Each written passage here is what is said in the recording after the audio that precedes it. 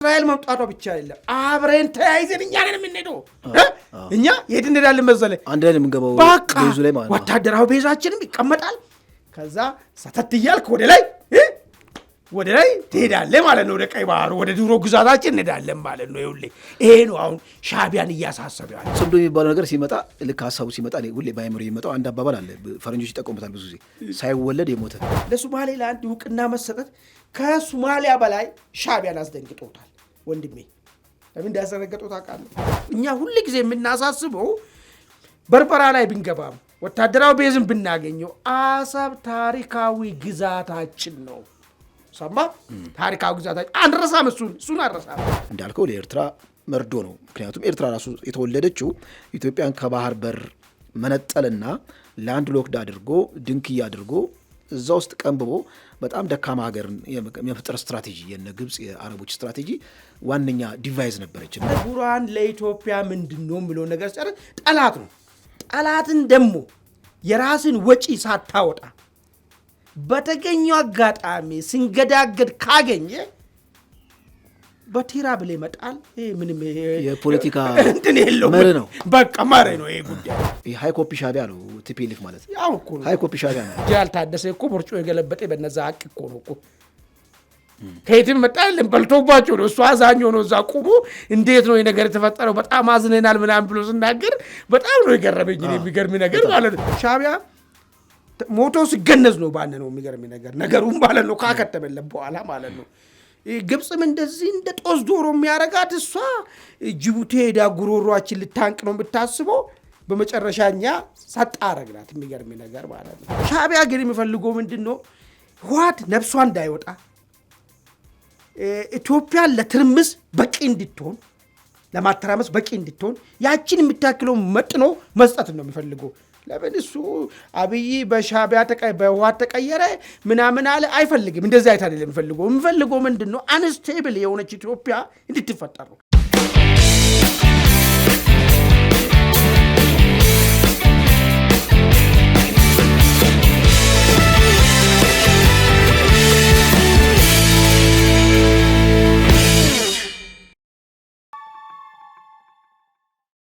ሰላም ጤና ይስጥልን ውድ አንድ አፍታ አድማጭ ተመልካቾቻችን ይህ ዕለታዊ የተሰኘው ዝግጅታችን ነው በዛሬው ዕለታዊ ዝግጅታችን እስራኤል ለሶማሌላንድ እውቅና መስጠቷን ተከትሎ ዓለም የተለያየ አቋም ይዞ እየተንታረከ ነው የሚገኘው እነማን ምን አሉ ለምን ይሄን አቋም ያዙ በዚህ አቋም ውስጥስ የኢትዮጵያ አቋም ምን መሆን አለበት የሚለውን በስፋት የምንሄድበት ይሆናል በሁለተኛነት ደረጃ የሱዳን ወታደራዊ መሪ አልቡርሃን ኢትዮጵያ ለፈጥኖ ደራሹ ቤዝ በመስጠት በቤንሻንጉል በኩል አዲስ ጥቃት ሊከፈትብኝ ነው ይህን ጥቃትንም መረጃ ሰምቻለሁ ለመቀልበስ ዝግጁ ነኝ የሚል አቋም መግለጫ አውጥቷል እንዳው በኢትዮጵያ በኩል የጦር ቤዝ የተሰጣቸው ፈጥኖ ደራሽ ኃይል ምንድነው ለኢትዮጵያ ጥቅሙ የሚለውን ጉዳይም በስፋት የምንዳስሰውናል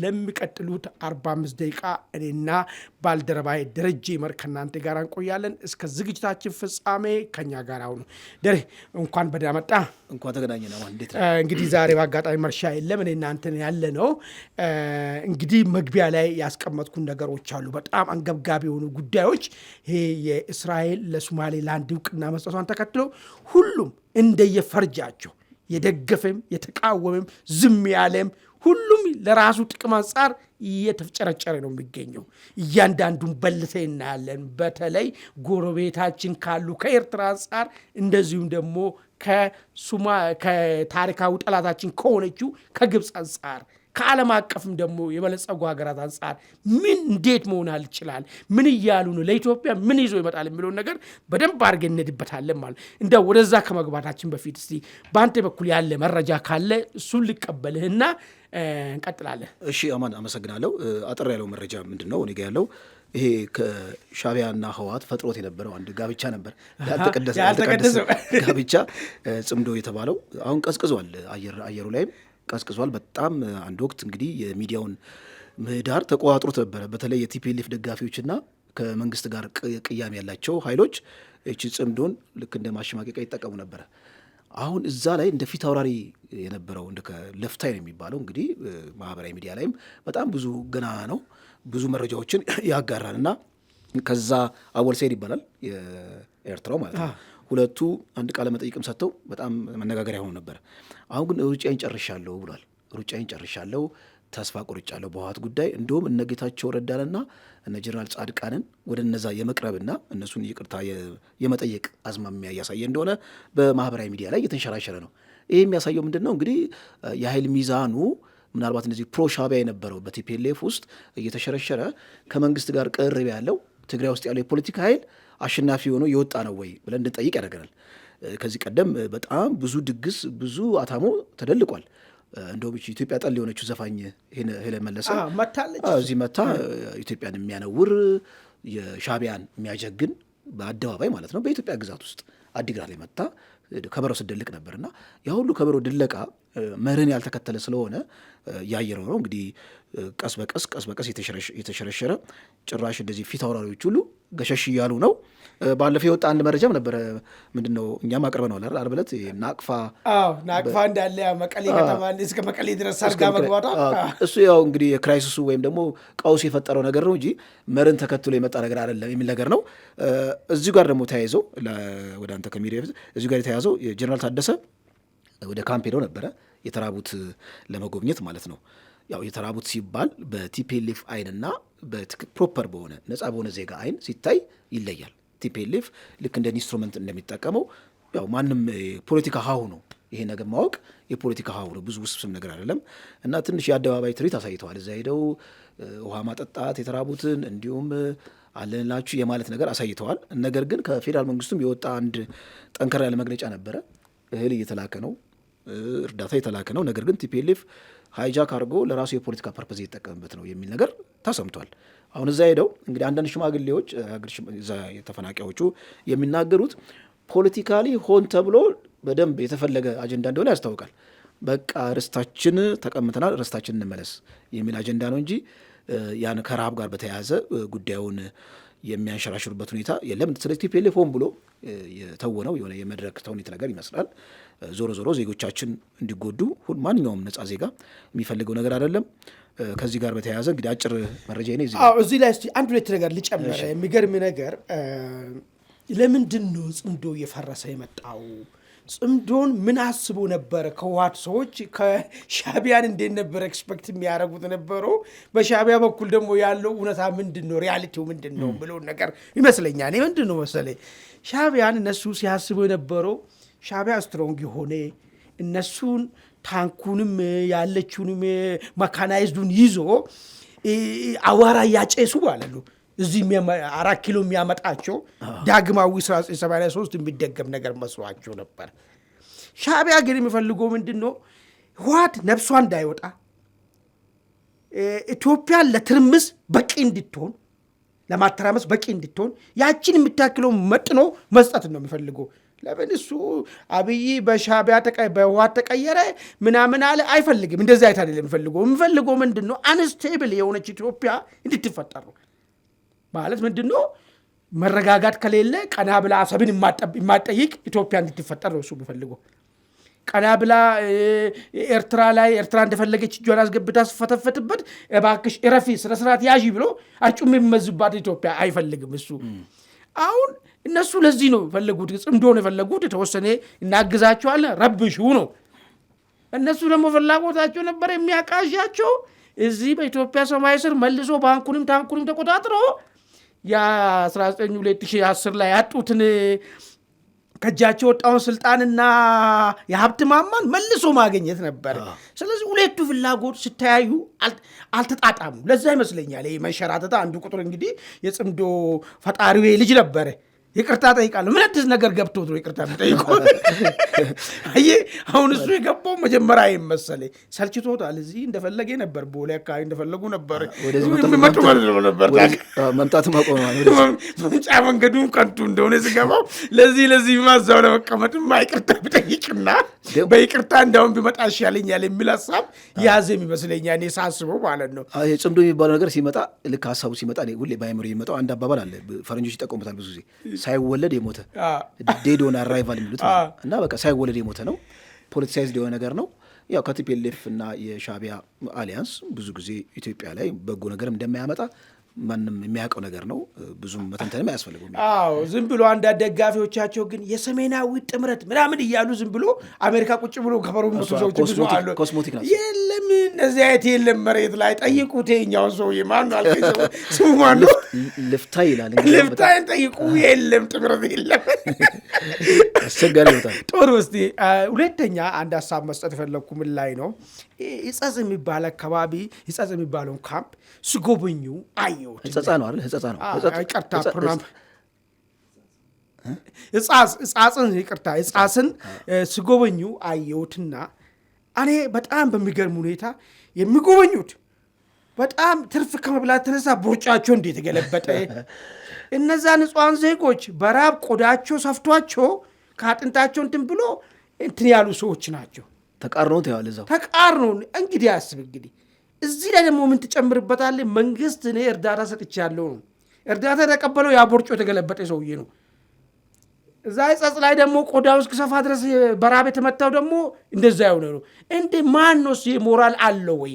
ጀነራል ታደሰ እኮ ቦርጮ የገለበጠ በነዛ ሀቅ እኮ ነው እኮ ከየትም መጣ የለም በልቶባቸው ነው። እሱ አዛኝ ሆኖ እዛ ቁሞ እንዴት ነው ነገር የተፈጠረው በጣም አዝነናል ምናምን ብሎ ስናገር በጣም ነው የገረመኝ። የሚገርም ነገር ማለት ነው። ደግሞ እኮ ወደ ቀጥሎ የሚያነሳው ደግሞ ወልቃይት ነው። የሚያሳዝነው ያ ነው። ስለራቡ አይደለም። ወልቃይትን ስትል አንድ ነገር መጣልኝ። ባይዘው ወልቃይት ላይ ምርጫ ሊካሄድ ሂደቶች ጀምሯል። የሚገርም ነገር አሁን አይ ቲንክ ቲፒኤልኤፍ ምርጫን ታካሂዳለህ አላካሂድ የሚለውን ነው ጊዜያዊ አስተዳደሩ አላካሂዳለህ አላካሂድ የሚለውን ነገር አሳውቃለሁ ብለዋል። የወልቃይት ሰዎች ግን ዝም እያሉ አይደለም። ወልቃይት ራሷ ወልቃይት ነዋሪዎች መሪዎቻቸውን የሚመርጡበት ሁኔታ ከወዲሁ እንቅስቃሴ በምን ሞዳሊቲ ነው መደረግ አለበት የሚለው ነገር ለምን እዛ አካባቢ ያሉ ሰዎች ሌላ ኢትዮጵያኖች ውክል ተወካያቸው ወደ ፓርላማ ስልኩ እንዲሁ መቅረት የለባቸውም በምን ሞዳሊቲ መሄድ አለበት የሚለው ጉዳይ እንቅስቃሴዎች መጀመራቸውንም አንዳንድ መረጃዎች እየወጡ ናሉ። አቴንክ ወደ ጉዳያችን እስቲ እንግባ። ወደ ዋናው ቁም ነገር እንግባ። እንግዲህ ሶማሌላንድ እኛ በሩን ከፈት፣ እስራኤል እውቅናውን ሰጠች። አሜሪካ ደግሞ እኔ እስራኤልን ተከትዬ እውቅና አልሰጥም ግን እያጠናው ነው ያለች። አሜሪካ ሁኔታዎችን እያጠናን ያለ ነው። ትራምፕ ያጠናን ነው ማለት አጥንተን ጨርሰናል ብሎ ከአንዱ ላይ ቀን በኋላ እውቅናውን አፕሮቭ እንደሚያደርጉ እንግዲህ ይጠበቃል። እስቲ እንደው ከእውቅናውና እውቅናው ሬዲ ተብለዋል። ከሱ ጋር ተያይዞ መጡ ግብረ መልሶችን በተለይ ኤሪትሪያ፣ ግብፅ፣ እነ ቻይና፣ እነ ኤዩ፣ እነ አውሮፓ ህብረት ምንድን ነው ያሉት? ከምን አንጻር ነው ያሉት? የኢትዮጵያ ዝምታስ እንዴት ነው የምትረጎሙ የሚለውን እስቲ አንድ በአንድ እንሄድበት። በጣም ግሩም አማን። እንግዲህ ይሄ ነገር ሁለት ቀን በጣም መነጋገሪያ የሆነ ነው። እኛ ከስቱዲዮ ከወጣ በኋላ ይሄ መረጃ የተሰማው በአርቡ ትንታኔያችንም አላካተት ነው ማለት ነው እና አሁን በደንብ በትክክል ጉዳዩን በስፋት ለመመልከት እንሞክራለን። መጀመሪያ እስራኤል እንግዲህ ለሶማሌላንድ እውቅና በምሰጥበት ጊዜ ፖለቲካ ላይ እንደሚታወቀው ሰጥቶ መቀበል የሚባል ነገር አለ። አንዳንዶች ደግሞ በጣም እንደውም ታክቲካል አሊያንስ ብለው የሚያስቀምጡት በትራንዛክሽናል ዲፕሎማሲ ወይም ደግሞ ልክ እንደ ንግድ እንደ ልውውጥ ይህን ስሰጠኝ ይህን እሰጥሃለሁ በሚል ራሱ የተቀየረ ግንኙነት አለ። አሁን ሶማሌላንድና እስራኤልን ስንመለከት እንግዲህ እስራኤል ዋነኛ የምትፈልገው እዛ ያለውን የባህር ቤዝ ለእስራኤል ቅርብ ነው፣ አደጋ አለው፣ እዛ አካባቢ ያሉን አሸባሪዎችን ኮንትሮል ለማድረግ የግድ ያን የባህር ቤዝ ማግኘት አለባት የሚል ነገር ነው አንድ። ሁለተኛ እንደ መነጋገሪያ የተቀመጠው የጋዛ ተፈናቃዮችም ይመለሳሉ የሚል ነገር ነበር። እዛ አካባቢ ይሰፍራሉ። የት? ሶማሌላንድ። በምትኩ ሶማሌላንድ ደግሞ በጣም የምትፈልገውን ለዘመናት ስትባትትለት የኖረችውን እውቅና ታገኛለች የሚል ነገር ነው። እንግዲህ ሁለቱም ጊዜ እንደተካለ ማለት ነው። ዝም ብሎ ፍሪላንስ የለም ወይም ነፃ ምሳ የለም። ይሄ ፖለቲካ ስለሆነ እስራኤል አትቤስት የምትለው ነገር ካልኩሌት አደረገች። አንደኛ እዛ ዋናዋ ሶማሊያ ትልቋ ሶማሊያ ቱርክ የተባለች የእስራኤልን ተቀናቃኝ ጎትታ መታ ትልቅ ወታደራዊ ቤዝ አስቀመጠች እና ከባድ የሆነ ተቀናቃኝነት ተፈጠረ። እንዲሁም እስራኤልና ቱርክ እኮ ሶሪያ ውስጥ አደገኛ ባትልፊልድ ፈጥረዋል እና ብዙ ነገሮች አሉ ከእስራኤልና ከቱርክ ጋር በተያያዘ።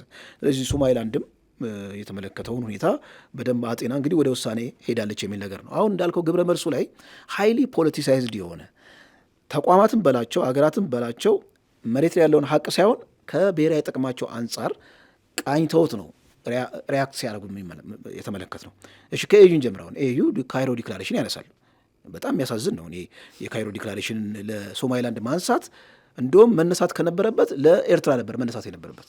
ምክንያቱም የኤርትራ ድንበር ከኢትዮጵያ ጋር ያለው የቅኝ ግዛት ድንበር ፈርሷል፣ በ5 መሰረታዊ ህጎች ፈርሷል። ይሄ ነገር ተደጋጋሚ ከዚህ ቀደም ተብሏል እና በኢትዮጵያና በኤርትራ መካከል ያለው የኮሎኒያል መስመር ለካይሮ ዲክላሬሽን ማጣቀሻ መሆን አይችልም እና እዛ ጋር ኤዩ ራሱ ኮችስን ማድረግ ነበረበት። ተሯሩጠው በዛ ጊዜ የግብፁ እንግዲህ የውጭ ጉዳይ ሚኒስትር የነበሩት ቡትሮስ ጋሊ ነበሩ።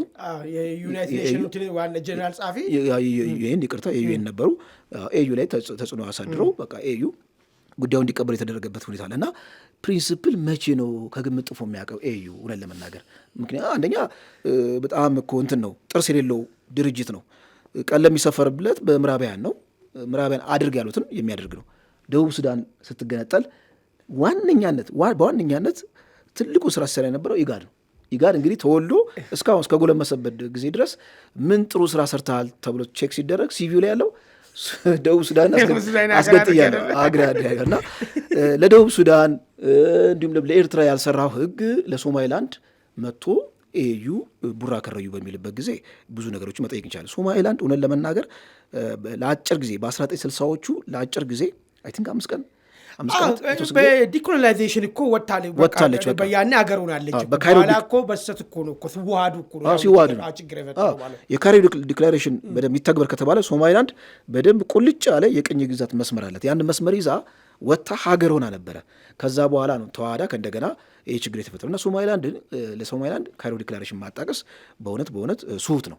ስለዚህ ኤዩ ዝም ብሎ ምናልባት እንግዲህ ከችኮላ ያወጣ መግለጫ ሊሆን ይችላል። የምንመለከተው ያለ የግብፅን ውሰድ። ግብፅ እንግዲህ ይሄ ምንም ብዙ ተንታኝ መሆንም አያስፈልግም። የግብፅን ፍላጎት በተለይ እንግዲህ አሁን ከሶማሊላንድ ጋር በተያያዘ ቅድም አንተም አንስተዋል። ፈርቀላጁ የነበረችው ኢትዮጵያ ነበረች። ኢትዮጵያ ያለውን አማራጭ ተመለከተች፣ ዙሪያዋን ከበቧት።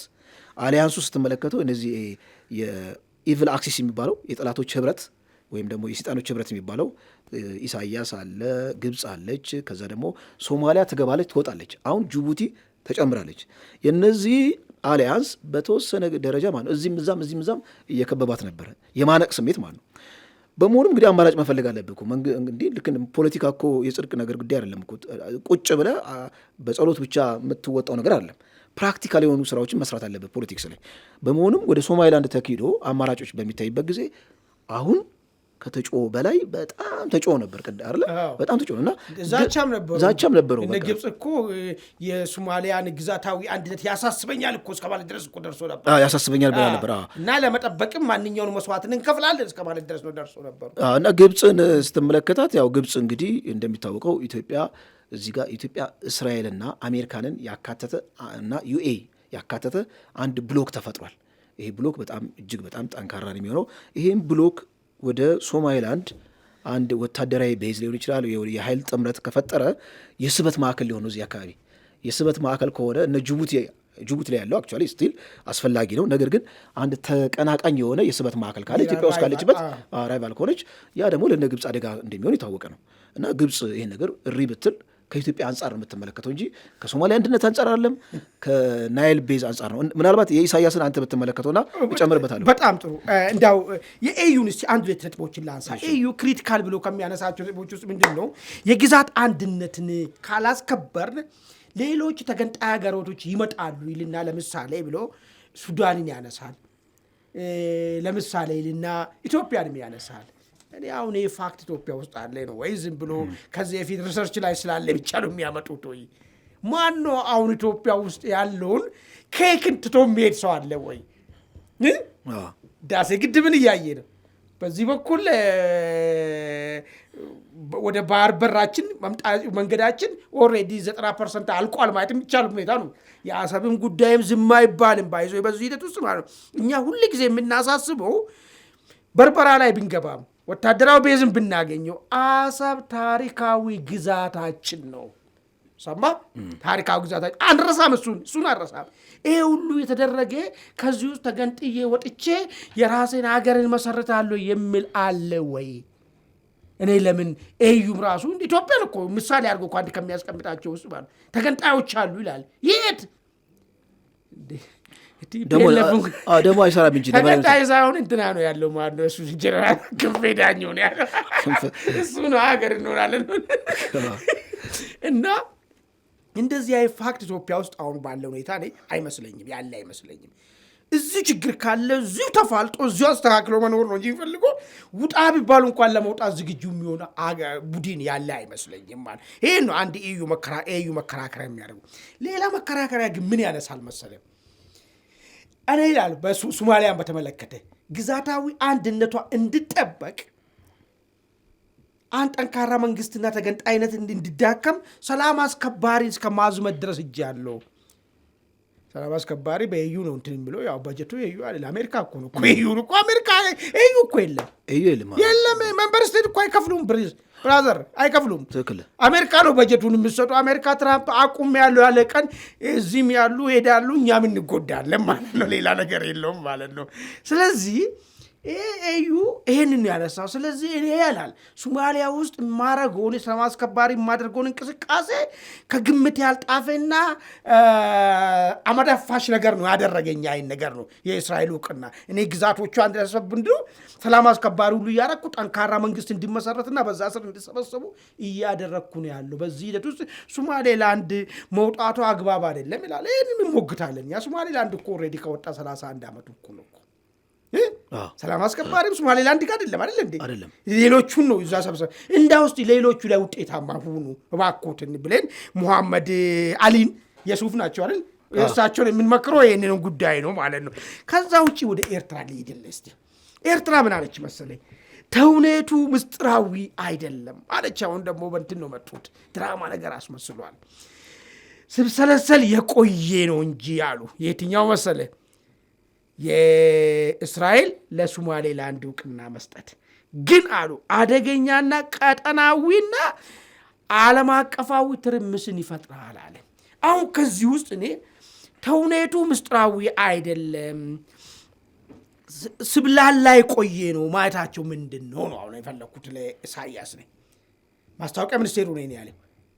ስብላላ ቆየ ማለት ለሶማሌላንድ እውቅና መስጠት መሞከሪያው ጀመረው በኢትዮጵያ በኩል ነው። ያም ከኤርትራ ከእስራኤልና አሜሪካ ተነጋግራችሁ ነው ያደረጋችሁት ያለ እኮ ነው ያለው እኮ።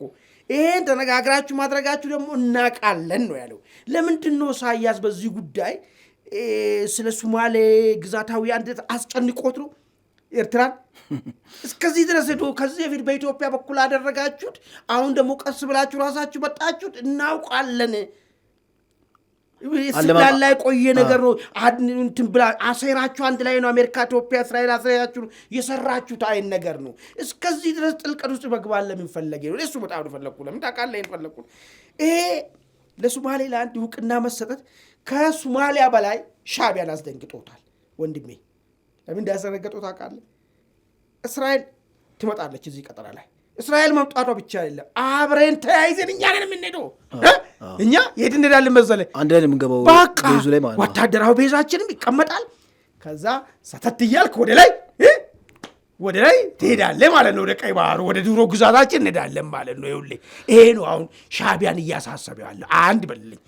ሁለተኛ ሻዕቢያ ጉዳዩ አደጋ የፋርሶችን ብድግ አሉ እነ ኢራን። ይሄ ነገርማ አይሆንም አሉ። አይሆንም ብቻ ብሎ አይደለም የሚተውት፣ አይሆንም ያሉትን ሀገራቶችን መሳሪያ አድርገው ተጠቅመው ነገር መሞከራቸው የማይቀር ጉዳይ ነው ማለት ነው። ለዚህ የምትመረጠው ማነች? ኤርትራ ነች የምትመረጠው።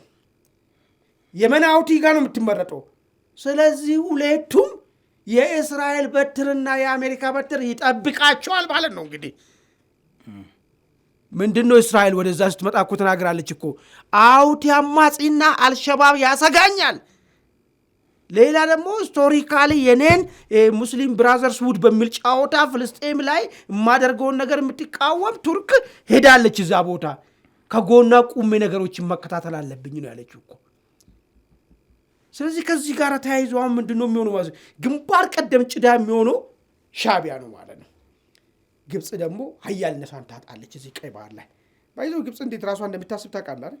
ቀይ ባህር ጠባቂ እነዚህ አረብ ስቴቶች እዚህ አካባቢ ያሉትም ማለት ነው የነሱ ጠባቂ አርጋው ራሷን የምታስበው አሁን አከተመ። ያከተመው ምንድን ነው? ኢትዮጵያ፣ እስራኤል፣ ዩኤኢ አዲስ ብሎክ መጡ። በብሎ መንደብል ላይ ቁጭ አሉ። አዲስ ፎርስ መጣ ማለት ነው። ይህን ፎርስ ግብፅ አይችልም፣ ሻቢያ አይችለውም። ማንም ያቆሙ ነገር የለም። ከምዕራባውያን ደግሞ ብርቱ ድጋፍ ያለው ሀገር ስብስብ ነው። ስብስብ ማለት ነው። ለዚህ ነው ሻቢያ በቁሙ መሞቱ ከተገነዘ በኋላ ነው ባነነው። ገብቶሃል? ስባንን ነገሩ አልቆለታል። ሲያልቅ ምንድን ነው ያለው? ይሄ ድራማ አዲስ አይደለም፣ ምስጢራዊ አይደለም። ስተውኑ ነገሩ ሴራውን ስትጎነግኑ ነበረ። አሁን አስተካክላችሁ አወጣችሁ አደባባይ ነው ያለ። ስለዚህ ሻቢያ ወይ መጣው ምንድን ነው ማለት ነው? የአሰቡ ጉዳይ የማይቀር ነገር መሆኑን ተገንዘብና የቀረችውን ይዘህ ለመቅረት አዲስ ሀሳብ፣ አዲስ ፖለቲካና አዲስ አመለካከት ይዞ መምጣት ነው እንግዲህ ያለው አማራጭ ማለት ነው። ካልሆነ ከዚህ በኋላ ወደ ኋላ የሚባል ነገር አይኖርም ማለት ነው። ምናልባት እዚህ ላይ የሚጨምሩ ሀሳብ ካለና የቻይናን ምስቲ ነካ አድርጌ ምናልባት እነሱ ቻይና እንደ ድጋፍ አድርጎ ነው የሚቆጥሩት። ቻይና እርግጥ ነው ከራሷ ከታይዋን አንጻር ነው እሷ የሚታይ ከራሷ የፖለቲካ አንጻር ነው፣ ከራሷ ብሔራዊ ደህንነት አንጻር ነው። አንድ 2-3 ነጥቦችን ማንሳት ፈልጋለሁ። መጀመሪያ ስታነሳ የነበረው አሁን ኢትዮጵያ ውስጥ ራሱ ልክ በሶማሊላንድ መንገድ የተለያዩ ቁራጭ ግዛቶች እንደ ሀገር ለመመስረት አያነሳሳቸውም ወይ ይሄ ተግባር የሚል ነገር በተለይ በጣም የገረመኝ የወያኔ ደጋፊ የሆነው ትሮንቮል የተባለው ኖርዌያዊ ነው። በቃ ነጩ ወያኔ ማለት ነው። ልክ ማርቲን ፕላውት አይነት መርቶ ምርጫ የታዘበ ነው። ካስታወስከው ምርጫ መጥቶ ታዝቧል። ሰውዬ አንድ ጽሁፍ አጋርቷል። ያው ከቲፒኤልኤፍ አንጻር ከትግራይ አንጻር ይህን ጉዳይ ለመተንተን ሞክሯል። ሌሎችም እንደ ቲፒኤልኤፍ አይነት የነ ክንፈዳኝ ሆን እንደውም ኮት አድርገው አይ እነዚህ አይነት ተገንጣይ ቡድኖችን ያበረታታል የሚል ነገር ነው። ኦኬ በካይሮ ዲክላሬሽን ወይም ደግሞ በኤዩ መንገድ ከሄድን እኮ ኢትዮጵያ ውስጥ አንድም ያንን መስፈርት የሚያሟላ ግዛት የለም እኮ። የካይሮ ዲክላሬሽን ወይም ደግሞ የኤዩ ዲክላሬሽን ምንድን ነው? ቅኝ ግዛት ያሰመሩትን መስመር ይዘው ሀገር መሆን የሚል ነገር። ኢትዮጵያ ውስጥ ቅኝ ግዛት ያሰመረው ክልል አለ ወይ? ክልል ውስጥ አለ ወይ? ስትመለከት በትግራይና በአማራ ወይም በአማራና በኦሮሚያ ሌሎቹ ስትመለከታቸው እንደውም ድንበር አይባልም፣ ወሰን ነው የሚባለው። ድንበር ማለት እንግዲህ ዓለም አቀፍ እውቅና ያለው የተሰመረ ወይም ደግሞ ቅኝ ገዢዎች ያሰምሩት ሊሆን ይችላል። ኢትዮጵያ ውስጥ ወሰን ያለው እና እነዚህ ወሰኖች ዝም ብሎ በፖለቲካ ጣልቃ ገብነት የተፈጠሩ ወሰን ናቸው እንጂ በዓለም አቀፍ ደረጃ የሚታወቅና ሀገር ሊሆን ስትል ራሱ የኤዩንም ወይም ደግሞ የካይሮም ዲክላሬሽን ታሳቢ ስናደርግ ጭራሽ የሚሆን ነገር አይደለም እና ከስሁት ንጽጽር ነው። ሁለተኛ ያነሳው የኢሳያስ ጉዳይ አለ። ኢሳያስ ኤርትራ ጉዳይ እንዳልከው ለኤርትራ መርዶ ነው። ምክንያቱም ኤርትራ ራሱ የተወለደችው ኢትዮጵያን ከባህር በር መነጠልና ላንድ ሎክድ አድርጎ ድንክያ አድርጎ እዛ ውስጥ ቀንብቦ በጣም ደካማ ሀገርን የመፍጠር ስትራቴጂ የነ ግብፅ የአረቦች ስትራቴጂ ዋነኛ ዲቫይዝ ነበረች እና ምናልባት እንደዚህ ያን ሶማሊላንድ ሀገር ቢሆኑና ኢትዮጵያ የሆነ የወደብ አማራጭ ከዛ የምታገኝ ከሆነ የኤርትራን ፐርፐዝ ሸራፋ ያደርገዋል ወይም ደግሞ ሌስ ሪሌቫንት ያደርጋታል የሚል ነገር ንባብ አለ። ከዚሁ ጋር ተያይዞ ማዘር ስቴት እንግዲህ አሁን ለምሳሌ ሶማሊላንድ እኮ ሀገር አትሆንም፣ ምክንያቱም ዋኗ ፓረንት ሶማሊያ እውቅና ካልሰጠቻት። ልክ አሁን ኢትዮጵያ ኤርትራን እውቅና እንዲሰጥላት በደብዳቤ ጠቅላይ ሚኒስትሩ ልኳል የሚል ነገር ነው። ያ ራሱ ፎልስ ማለት ትክክል አለም።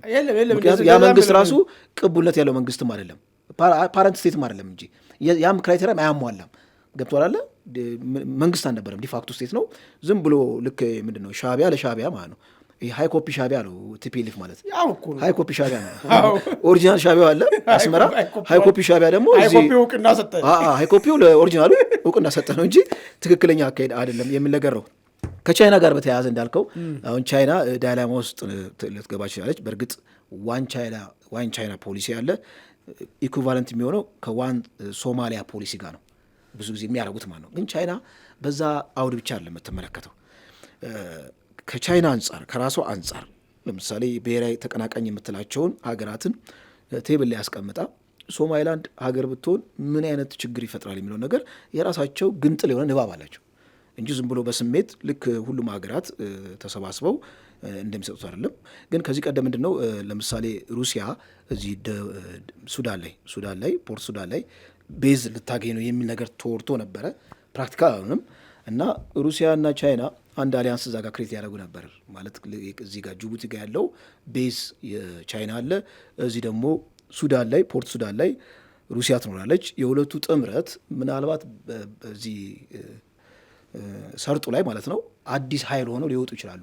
ይሄ ደግሞ ለአሜሪካ በጣም አሳሳቢ ነው። ካውንተር ማድረግ ትፈልጋለች፣ እስራኤልም ልክ እንደዛው ነው ትፈልጋለች የሚል ነገር ነው እና የዛ ካውንተር ነው ይሄ ሶማሊላንድ የምንመለከተው እንቅስቃሴ የሚል ነገር እና እነ ቻይናዎችም አያርፉም። የሚያርፉት ምንድን ነው እውቅና ከመስጠት ካለመስጠት አንጻር ሳይሆን ሌላ ተጨማሪ ቤዝ ሊፈልጉ ይችላሉ፣ ወይም ደግሞ ሀገራትን ሊፈልጉ ይችላሉ። ስለዚህ የትራምፕን ንግግር ያው ከቆም ማንቆጥርበት ሁኔታ አለ።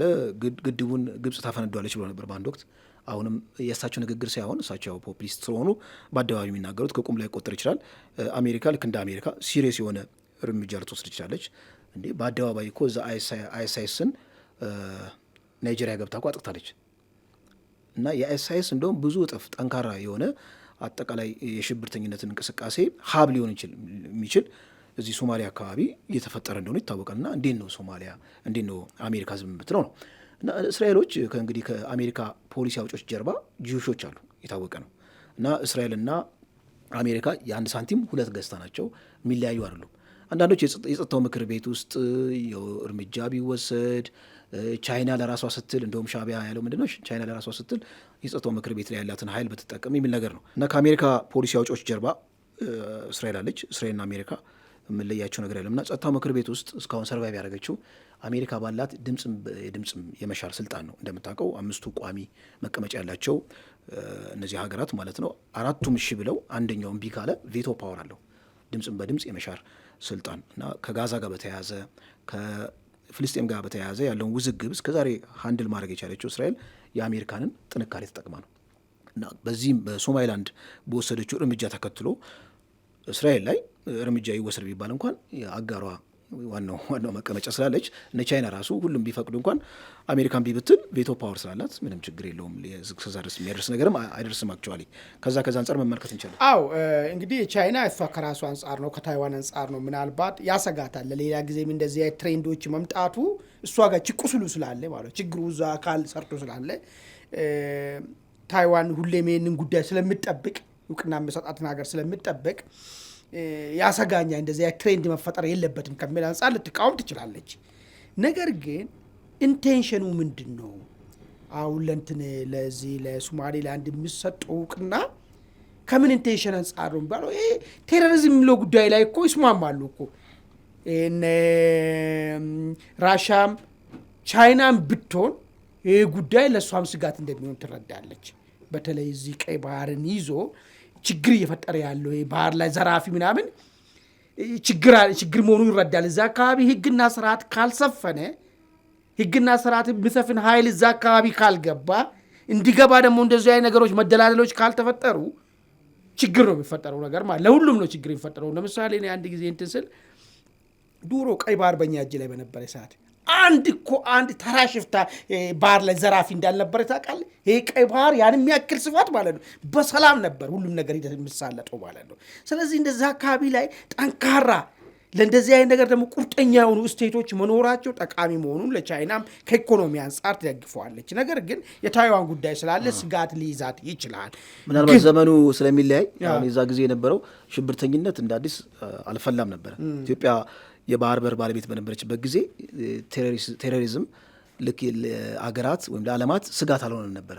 ምክንያቱም ቴሮሪዝም የመጣው ልክ ቀዝቃዛው ጦርነት ካበቃ በኋላ ልክ እንደ ተገዳዳሪ ኃይል ሆኖ ብቅ ያለ ነው እና ምንድን ነው የሽብርተኝነት የባህር ላይ ወንበዴዎች ምናምን ብቅ ያሉት ከዚህ ከኃይል አሳለፍ መፋለስ በኋላ የመጣ ስለሆነ ምናልባት ኮንቴክስቱ ሊለያይ ይችላል። አዎ እና ኢትዮጵያውን ይሄን እንዴት ታይ የሚለውን ጉዳይ እንጨምርበትና ወደ እንሄዳለን። እንግዲህ ኢትዮጵያ በጣም ስማርት የሆነ አካሄድ ነው እያደረገች ያለችው። ምናልባት እዚህ ጋር እንደጋር ደስ ይላንሳለኝ ሐሰን ሼህ መሐመድ በጣም ጓደኛችን ሆኖ ነበር። ተርኪ ከኢትዮጵያ ጋር ያላቸውን ችግራቸውን እንዲፈቱ ካረገች በኋላ ህዳሴ ግድቡ ምርቃት ላይ በመምጣት ግብፅን ክፉኛ ያስቀየሙ ሰው ናቸው። በየወር ምናምን ነገር እዚህ አዲስ አበባ መጥተው ይጎበኛሉ ምናምን ነገር ማለት ነው የሶማሊያው ፕሬዝዳንት። ግን ድንገተኛ እስራኤልን ዱብዳ ከጣለች በኋላ ሁሉንም ጎረቤት ሀገራትና እዚህ ምስራቅ አፍሪካ አካባቢ ያሉ ሀገራቶችን እያናገሩ ነው ያሉት። ኢትዮጵያን ግን ዘለሏት፣ አልጠሯትም፣ አገለሏት። እንግዲህ ኢትዮጵያ ምንም ያደረገችው ነገር የለም። ሜሞራንደም ኦፍ አንደርስታንዲንግ እዛው ቆይቷል። አሁን እስራኤል ነች ይሄን እውቅና ሰጠችው። እንዳው ማግለላቸው አግባብ ነው ወይ የሚል ነገር እርግጥ ነው አንቺ ነሽ ቀድሜ የጀመርሽው ከሚሉም ጉዳይ ሊሆን ይችላል። ወይ ደግሞ አለማመደችን ከአንቺ መፍትሄ አይገኝም አንቺ ባለ ጉዳይ ነች ከሚልም ነገር ሊሆን ይችላል፣ አይታወቅም። ግን የሆነው ነገር ሆኖ ኢትዮጵያ አንዲች ትንፍሽ ያለችው ነገር የላትም። አሁን ይህን ጉዳይ አስመልክታ እስራኤል እውቅና ከሰጠች በኋላ ኢቨን ከቨሬጅ ራሱኛው በፕራይቬት በራሳችን የሚለው ስቴት ኦንድ ሚዲያዎች ይህን ጉዳይ ራሱ የዘገቡ አይደለም። እና ይሄ አንዱ ዋይዝ ነው። ለምን ሁሉም ወደ ኢትዮጵያ ነው የሚጮው። በተለይ ኤዩ ውስጥ ያሉትም አረብ ስቴቶችም ነገር ጨማምሮ ማለት ነው ኢትዮጵያን ለማውገዝ አኮብክቦ ነበር። ጎረቤት ሀገራቶችም ኢትዮጵያ ላይ ሁላቸው የሚችሉትን ነገር ለመወርወር ተዘጋጅቶ ነበር። ስለዚህ ዝምታ መምረጧ ጠቃሚ ነገር ነው። ሙያ በልብ ነው፣ ሂደቱ እየሄደ ነው። ይህን ዝምታ መምረጧ አንዷ ጠቃሚ ነገር ነው። ነገር ግን ሶማሌላንድን ብትሆን ማለት ነው ይህንን እሷ እንድትታወቅ ለአደባባይ ማውጣት ያመጣችው ኢትዮጵያ ነች። ሶማሌላንድን እኮ ብዙ ሰው እኮ አያውቅም እኮ በትምህርት ቤት ምናምን ካልሆንክ በስተቀር ጉዳዩን በጥልቀት እኮ አይታወቅም እኮ። ምንድን ነው የተፈጠረው የሚለው እዛ አካባቢ ሶማሌና ሶማሌላንድ በቃል ላይ ያለውን ነገር ብዙ ሰው እንትኑ የለውም ነበር። ግን ኢትዮጵያ ይህንን ጉዳይ ወደ አደባባይ ስታመጣ ያኔ ሜሞራንደም ኦፍ አንደርስታንዲንግ መፈራረማቸው ጋር ተያይዞ ብዙ ዓለም ወደ ሶማሌላንድ ማየት ጀመረ። ምንድን ነው ያለው እዛ አካባቢ ከኔ ብሔራዊ ጥቅም ጋር የሚሄድ ነገር ምንድን ነው ያለው፣ ምን ብናረግ እኔም ተጠቅሜ የሚለው ጉዳይ የተፈጠረ የመጣው ከዛ በኋላ ነው። ስለዚህ ለዚህ ለሶማሌላንድ የዘላለም ባለውለታ መሆኗ የማይካድ ሀቅ ነው። አሁን ምንድን ነው ማድረግ አለባት ነው እንግዲህ ጉዳዩ። እስራኤል እውቅና ሰጥታለች። ከዚህ በፊት ተብሎ ነበር 3ኛ ነው 2ኛ ነው የምንሆነው ተብሎ ነበር ለእውቅናው። በዚህ ደግሞ ከቀጠል ነው ደግሞ እነዚህ የሚያንዣብቡት ነፍሳቸው ሊወጣ የደረሰው ሻዕቢያና የግብፅን መልሶ ህይወት መዝራት ነው የሚሆነው። አሁን በዚህ ሂደት ውስጥ ገብተን እኛ እሪ ያዙ ብንል በራሱ ጊዜ ቅድም አስገልጫለሁ። ጦር አገላለጹ ሻዕቢያ ሞቶ ሲገነዝ ነው ባነ ነው የሚገርም ነገሩም ማለት ነው ካከተበለ በኋላ ማለት ነው። ግብፅም እንደዚህ እንደ ጦስ ዶሮ የሚያረጋት እሷ ጅቡቲ ሄዳ ጉሮሯችን ልታንቅ ነው የምታስበው። በመጨረሻኛ ሳጣረግናት የሚገርም ነገር ማለት ነው። አሁን የምናረገው እንቅስቃሴ እነዚህ የሞቱ ኃይሎችን ህይወት እንዲዘሩ ሊያደርግ ይችላልና ምን አይነት ዋይዝ የሆነ መንገድ ብልሃት ተሞላበትና በጥበብ ተሞላበት መንገድ መሄድ ነው ያለብን የሚለው ጉዳይ ላይ ሀሳብን እስጨምርበትና ወደሚቀጥለው አጀንዳ እንሂድ። አንድ ሁለት ነጥቦች ለመጥቀስ ያህል እንዳልከው እንግዲህ ሼልፍ ላይ የተቀመጠው ሜሞራንደም ኦፍ አንደርስታንዲንግ የተባለው ኢትዮጵያ የተፈራረመችው ከሼልፍ ላይ ተነስቶ ወደ ተግባር ይሄዳል ብለው የሚሰጉ አሉ፣ ቀጥታ ማለት ነው። ነገር ግን አሁን እንግዲህ የኢትዮጵያ መንግስትም ስትመለከተው ዝምታን የመረጠው ስልታዊ አካሄድ ነው። እሳቱ ብዙ ታላላቅ ሀገራት ላይ ያርፋል። አሜሪካ ትቀጥላለች፣ የተባበሩት አረብ ኤምሬት ትቀጥላለች። ስለዚህ 3-4 ሀገራት ከቀጠሉ በኋላ ብዙም የትኩረት ማዕከል አትሆንም። ከዛ በኋላ ኢትዮጵያ የምታደርገው ግንኙነት እና ዝም ማለቷ ዊዝደምን ያሳያል። እንደውም አንዳንዶች ኢትዮጵያ እውቅና ከሰጠችማ የአፍሪካ ህብረት መቀመጫ ሆና የነጻነት ተምሳሌት ሆና የፓን አፍሪካኒዝም ንቅናቄ ዋና እናት ሆና ይህን ነገር የምትሰራ ከሆነ ምናልባት የአፍሪካ ህብረትም ከኢትዮጵያ የሚነቀልበትና ሌላ ቦታ የሚዛወርበትን ስራ የኢትዮጵያ ታሪካዊ ጠላት የሆኑ ኃይሎች አስተባብረው ሊሰሩ ይችላሉ ብሎ ይሰጓሉ። ዞሮ ዞሮ ግን አሁን ኢትዮጵያና እስራኤል በተመለከተ እንደውም ናታንያሁ ቅድሚያ ያመሰገኑት ሞሳድን ነው። ሞሳድ እዛ አካባቢ ያለውን አጠቃላይ የጂኦፖለቲካል አሳለፍ የፖለቲካ ሁነት ውጣ ውረድ በደንብ አስልቶ እዚህ እርምጃ ላይ እንድንሄድ ስለረዳን በጣም እናመሰግናለን ብለዋል። በመሆኑም ኢትዮጵያ ከሶማሊላንድ ጋር የምታደርገው ግንኙነት ሁሉ ከሞሳድ አይን ውጭ አይደለም ማለት ነው። ያ አጠቃላይ ያለውን አድቫንቴጅ ዲስአድቫንቴጅ አጥንቶ እንዲሁም ደግሞ በተጓዳኝ በታክቲካል አላያንስም ከኢትዮጵያ ጋር ሰርቶም ሊሆን ይችላል፣ አናቅም፣ በስፔኩሌሽን ማለት ነው። በመሆኑም ኢትዮጵያና እስራኤል ወደ ሶማሊላንድ እንደሚገቡ ከእውቅናው በፊት የተለያዩ መላምቶች እየወጡ ነበረ። ኢትዮጵያና እስራኤል ኢትዮጵያ የጀመረችው እንቅስቃሴ ያለ ይሄ ልክ ለእስራኤል ትልቅ ኦፖርቹኒቲ ነው ወደዚህ ለመግባት የሚል ነገር ማለት ነው። እንደውም ገፋ ሲያደርጉት ኢትዮጵያና እስራኤል የጋራ ወታደራዊ ቤዝ እንዲ ሎጂስቲኩን በሙሉ በእስራኤል ተችሎ በጣም የዘመነ ባህር ኃይል ወደዛ ሊገባ ይችላል የሚል ገፋ አድርገውት ይሄዳሉ ማለትና የሞሳድ ስራ የሞሳድ እንቅስቃሴም ትልቅ እገዛ ያደርጋል የሚል ነገር ነው። ኢትዮጵያ እስካሁን የምትሄድበት አካሄድ በጣም ስልታዊ ነው። በአደባባይ ባልተፈራገጠችም ዝም ብላ ጭምትም አሁኖችም የሆነ በጣም ኒውትራል ሆና ቁጭ ብላ ጉዳዮችን የምታጤንበት መንገድ በጣም በጣም ቆንጆ ነው። እሱ ነው በቃ ደስ ይላል። እንግዲህ ባህላችንም ወደ ማረፊያው ቀጠናው መሄጃው ሰዓት ደረሰ ማለት ነው። እንግዲህ ወደ መጨረሻው አጀንዳ እንዲደረ እንግዲህ የመጨረሻችን አጀንዳ እዚህ ሱዳን ያለው ጎማ ተንፍሰዋል የሚገርም ነገር ማለት ነው። በጣም ችግር ገጥመዋል። ፕሬዚዳንት መንግስቱ ንግግር በምስራቅ ያለው ተንፍሷል። የሚገርም በጣም ለቅሶ አዘል አንድ የሱዳን ትሪቢዩን ላይ አንድ የሱዳን የአልቡራን ወታደራዊ መሪ እዛ ጋር የሰጠው ኢንተርቪው አለ። ምንድን ነው አሁን አንድ በደንብ መታወቅ ካለበት አልቡራን ምንድን ነው ከኢትዮጵያ ጋር የምለውን ነገር መጀመሪያ እንደ መግቢያ ስቲል አድማጭ ተመልካቻችን እናስታውስ። አልቡራን ማለት የኢትዮጵያን አልፋሻጋ መሬትን የወረረ ወራሪ ሌላ መሬት የሚገባኛል የሚል ማለት ነው ቡድን ነው። ይህንን አይምሮ ውስጥ ያለው ቀድሞውን ደግሞ ካየን ሻዕቢያና ወያኔን ወደ መንበረ ስልጣን እንዲመጡ ትልቅ አስተዋጽኦ ካደረጉ ይሄ መሀል ሱዳን ፖለቲከኞች ውስጥ ከዛ የፈለቀ ነው። ከና አልብሽር ቡድን የመጣ ኃይል ነው አልቡራን ማለት። ይሄ ሁለተኛ መታሰብ ያለበት። በሶስተኛ ደረጃ ሁል ጊዜ በወዶ ዘማችነት የግብፅን አጀንዳ ይዞ በአባይ ጉዳይ ኢትዮጵያን ቅርቃር ውስጥ ለመክተት ማለት ነው ታታሪ የሆነ ቡድን ነው። ይሄንን በዚህ መነጽር አልቡራንን ስናየው አልቡራን ለኢትዮጵያ ምንድን ነው የሚለው ነገር ጠላት ነው። ጠላትን ደግሞ የራስን ወጪ ሳታወጣ በተገኘው አጋጣሚ ሲንገዳገድ ካገኘ በቲራ ብለ ይመጣል። ምንም የፖለቲካ እንትን የለውም። መሪ ነው በቃ መሪ ነው ይሄ ጉዳይ ማለት። በዚህ መሰረት ነው እንግዲህ አልቡራን ፈጥኖ ደራሹ ተነሳበት። አንጻራዊ ፈጥኖ ደራሹ ረዘብተኛ ነው። የግብፅ ባላንጣ ነው ከምንም በላይ። ስለዚህ የህዳሴ ጉዳይ የአባይ ወንዝ ጉዳይ በተያያዘ እዛ ጋር ነፃ ወጣን ማለት ነው። ሁለተኛ ነገር የወራሪነት ስሜትም የለውም። የአልፋሻጋ ጉዳይ ምናምን ጋር ተያይዞ ከኢትዮጵያ ጋር በጥሩ ጉርብተኛ መኖር የሚፈልግ ነው። በሶስተኛ ደረጃ ለወያኔ ባላንጣ ነው። በሌላ አነጋገር ማርኳቸዋል ነበር ያገር። በሌላ አነጋገር የሻዕቢያ ባላንጣ ነው። ስለዚህ ይህ ሰውዬ ምናችን ነው ካልኮ ወደድክም ጠላም በፖለቲካ ወዳጃችን ነው ማለት ነው። ይህ ሰውዬ በሱዳን ውስጥ መኖሩ ለእኛ ጠቃሚ ነው ማለት ነው። በቃ በረከት ነው ማለት ነው። ይህን እንግዲህ ይሄ ግምት ውስጥ ተጣፈና አንድ የሆነ ዘገባ ወጣ ባለፈ ቤኒሻንጉል ክልል ማሰልጠኛ ጣቢያ። እኔ ብሰጠው ምን ችግር አለው? ምንም ችግር እኮ የለም። ወዳጅ ነው እኮ። ቅድም ያልኩን ሶስት አደገኛ እኛን ሁሉ ጊዜ ቅርቃር ውስጥ የሚከቱን ጠላት የሆነውን አልቡራን ላይ አደጋ የሚጥል እስከሆነ ድረስ እኔ ቀጥታም ብታግዞም አይከፋም። አይደለም በተዘዋዋሪ ይቅርና ማለት ነው። ለምንድን ነው ወደ ቤኒሻንጉል መጣ? እንግዲህ መጣ ተብሏል። ኮንፈርምድ በመንግስት በኩል አልሆነም። ኢንተርናሽናል ሚዲያዎችን ኮታ አድርጌን ነው የምናወራው። አልጀዚራ እሱን ኮታ አድርጌን ነው የምናወራው። መጥተዋል ብለን እናወራ። ከመጣ ለምን መጣ ነው ጉዳዩ።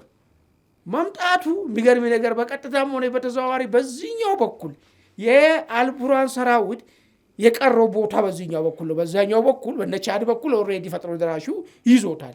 የደቡብ ምስራቅ ማለት ነው። አዎ በዚህኛው በኩል የተወረርነውን ቦታ ጭምር በአልቡራን እጅ ነው ያለው አልፋሻጋ መሬት ማለት ነው። ስለዚህ ይህ ኃይል መጥቶ በኢትዮጵያ በኩል ይህንን የአልቡራንን ጦር ብወጋ ለእኛ ምንድን ነው የመጀመሪያ የሚፈጥርልን? አልፋሻጋን ያለምንም ደም ነፃ የምናገኝበት መሬታችን የምናገኝበት ላይ ትመጣል። ሁለተኛ አልቡራን አከርካሪው መመታት አልቡራን ከፈለቁበት የማዕከል ሱዳን ፖለቲከኛ አከርካሪያቸው መመታት የህዳሴ ግድብና የአባይ ጉዳይ ኢትዮጵያ በምትፈልገው መንገድ እንዲሄድ ሁኔታዎችን ያመቻቻል። ግብፅ በምትፈልገው መንገድ የሚሄድበት ዘመን ያበቃል ሱዳን ውስጥ ማለት ነው። አሁን ይሄ ኃይል እንግዲህ ጥቃት ልፈጽምብኝ ነው የሚል ክስ አመጣ አልቡራን። ሰምቻለሁ። ጥቃቱ በዚህ በቤኒሻንጉል በኩል ተደርጎ ወደ ውስጥ ነው የሚመታ። ስለዚህ ለመቀልበስ ዝግጁ ነኝ የሚል ነገር ነው ያመጣው።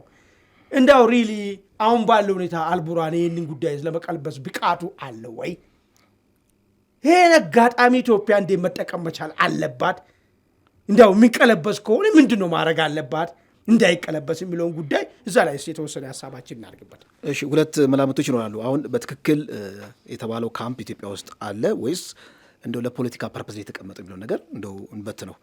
ለፖለቲካ ፐርፐዝ ከሆነ በአብዛኛው እንግዲህ እንደምታውቀው ግብጽ በአደባባይ በውጭ ጉዳይ ሚኒስትሩ አማካኝነት ኢትዮጵያ ላይ ካሁን በኋላ የኃይል እርምጃ እንጂ በዲፕሎማሲያዊ መንገድ ናይል ወንዝን አባይ ወንዝን በተመለከተ ምንም መፍትሄ አይመጣም ብላ በአደባባይ ተናግራለች። በመሆኑም የኃይል አማራጮችን ታማትራለች የሚል ነገር ነው። ይሄ ፎልስ ኮዝ ወይም ደግሞ ሀሳዊ የሆነ ምክንያት በማቅረብ ለጥቃት እንዲያመች ወይም ደግሞ እዛ ጋር ኢንስቴቢሊቲ እንዲፈጠርና እዛ የአባይ ወንዝ ወይም ደግሞ ህዳሴ ግድብ አካባቢ ስለሆነ እዛ አካባቢ የሆነ ችግር ለመፍጠር ሆን ተብሎ ኢንስቴቢሊቲ ለመፍጠር እንደ ፎልስ ኮዝ ተጠቅሞት ከሆነ ብለን አንድ መላምት እናስቀምጥ። ሁለተኛ ደግሞ በትክክልም ኖሮስ ከሆነ አለ ከተባለ እንግዲህ አልጀዚራ ፒውርሊ ጉዳዩን ኦብጀክቲቭሊ ጉዳዩን አይዘግብም። ከበስተጀርባ ሀይሊ ፖለቲሳይዝድ የሆኑ ነገሮችን ነው የሚዘግበው። እንደምታውቀው እንደ ግብጽ አክራሪ እንዲሁም ደግሞ የአረብ ሀገራት የሚዘወር ስለሆነ ማለት ነው። ዞሮ ዞሮ ኢትዮጵያና ግብጽ ወይም ደግሞ ኢትዮጵያና ሱዳን ያላቸው ግንኙነት በአብዛኛው ጊዜ የሚቃኘው ከኤርትራ ጋር ባለን ግንኙነት ነው ይባላል። በታሪክም ስትመለከት ማለት ነው። ሁሌ ሁለት ተቀናቃኞች አሉ። አንደኛው ተቀናቃኝ ፕሮ ኢትዮጵያ ይሆናል፣ አንደኛው ደግሞ ፕሮ ግብጽ ይሆናል። እና ኢትዮጵያና ኤርትራ ባላቸው ግንኙነት ነው ቴምፖ ከፍና ዝቅ የሚለው። አሁን አልቡርሃን ስትሮንግ የሻዕቢያ አሊያንስ ነው። ይሄኛው ደግሞ አርኤስኤፍ ደግሞ የኢትዮጵያ አሊያንስ ነው ማለት። ይሄ በታሪክ ሂደት ውስጥ ብዙ ጊዜ ሲፈጠር የኖረ ነው። ሶስት እንደውም ኪ ነገሮች አሉ በኢትዮጵያና ሱዳን መካከል ግንኙነቶችን የሚወስኑት። አንደኛው ይሄ የድንበሩ ጉዳይ ነው። ቅድም አልፋሽ ጋር አንስታል። ዝም ብሎ ገብተው ወረው ይዘዋል። ከዛ በኋላ እንደውም እስከ አርማጮ ድረስ እንቀጥላለን ብሎ ነበረ። በአጋጣሚ ውስጣዊ ችግር ተባባሰበት እንጂ እንቀጥላለን ብሎ ነበረ። ገና ብዙ ኪሎ ሜትር የእኛ መሬት ነው የሚል ነገር። አንደኛው የድንበር ጉዳይ፣ ሁለተኛው ፕሮክሲ ዋር የሚለው የውክልና ጦርነት ሁሌ ኢትዮጵያና ሱዳንን የሚያምስ ነገር ነው። አሁንም አልቡርሃን በዚህ በጋምቤላ በኩል የዋይት አርሚዎችን በተዘዋዋሪ እያስታጠቀ እዛ ያለውን ችግር ሲፈጥር ተመልክተናል። አሁን ደግሞ እዚህ ቤንሻንጉል አካባቢ ያለውን አርኤስኤፍ አለ ካምፕ አድርጓል ሊመታይ ነው የሚል ነገር ነው። ከዚህ ቀደም የአርኤስኤፍ ወዳጅ የሆነ ብሉ ናይል የሚባለው ለመገንጠል ይፈልጋሉ። በነገራችን ላይ እንደ አዲስ ሀገር ማለት ነው። ብሉ ናይል አካባቢ የተባለው ደቡብ ምስራቅ ያለው የሱዳንን ክፍል መገንጠል የሚፈልጉ ታጣቂዎች አሉና ልክ አልቡርሃን ሲመታቸው ሸሽተው ወደ ኢትዮጵያ ገብተው እርዳታ እያገኙ ነው የሚል ነገር ነው ያነሳው። ዞሮ ዞሮ የአልቡርሃን አካሄድ ፕሮ ኢጂፕት ነው፣ ፕሮ ሻዕቢያ ነው። ተቃራኒ የሆነ ኃይል ደግሞ አለ አርኤስኤፍ። ይሄ በኢትዮጵያ መንግስታት በሁሉም መንግስታት ተቀያየሩ እንጂ ሁሉም መንግስታት ይሄን ነገር ሲያደርጉ ይኖሩት ነው በዲፕሎማሲ ህግ።